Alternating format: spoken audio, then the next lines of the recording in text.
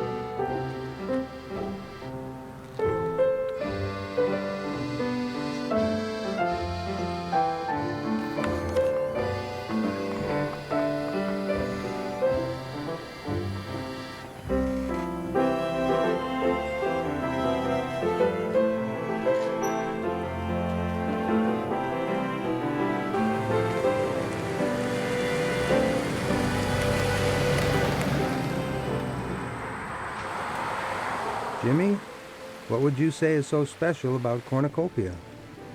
I would say one would be the uniqueness of the community.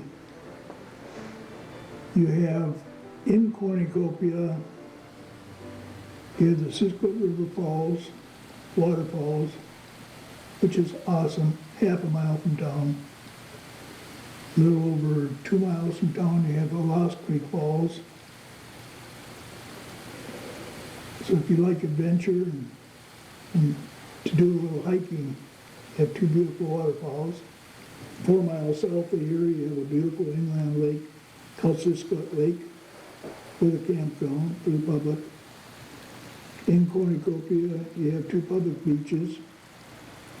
So you have crystal clear water. On one of the beaches, you have a flowing well, which people come from all over to get the cold artesian water. And I would, because I was in the water business for close to, well, all my life, and I've kept analysis on that water, you would find probably maybe a handful of bottled water companies that will give you water of the quality we get coming out of the well that you can buy over the counter or subscribe to. Our water would beat what they're bottling and selling to the consumer today. The gift shops, the town is very clean, very friendly. You have Aller's store, which is unique in its own. I don't know how many people that have, we've had as guests that we've sent to Aller's store, and they just think that's the greatest thing, just to walk through that store and see the variety of merchandise items that you have there. Welcome to Cornucopia.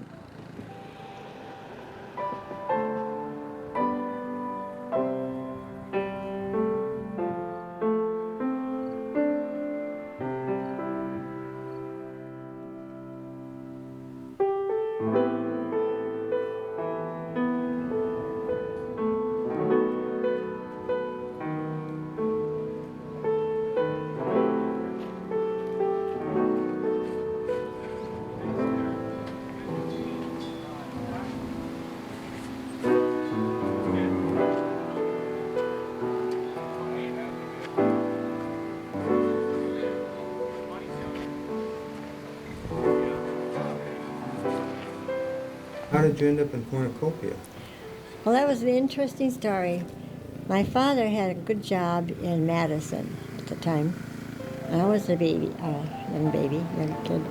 And he was working in a big factory. It turned out he met an agent that kind of scammed him. He told him about this wonderful utopia in Cornucopia, Wisconsin. Oh, the land is so fertile, there's good gardening there, and there's a lot of fish in Lake Superior, and there's so much logging going on. It's wonderful up there. So he got hooked, line and sinker. Borrowed some money from my grandmother, my mother's mother, $50 he borrowed, and came up to Cornucopia, and it took him about a month to get here because the roads were nothing but mud holes all the way up, and it rained much of the way. And their car was an old Maxwell. It had a canvas top, and it was raining, so to quiet me, I was an infant, they would bounce me. And I touched the ceiling, and of course it would leak.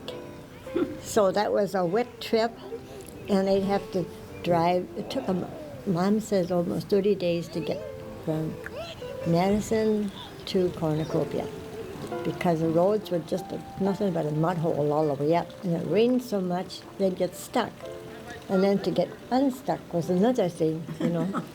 Well, anyway, they got here and found out that their land that they had purchased from a land agent down there was under Lake Superior.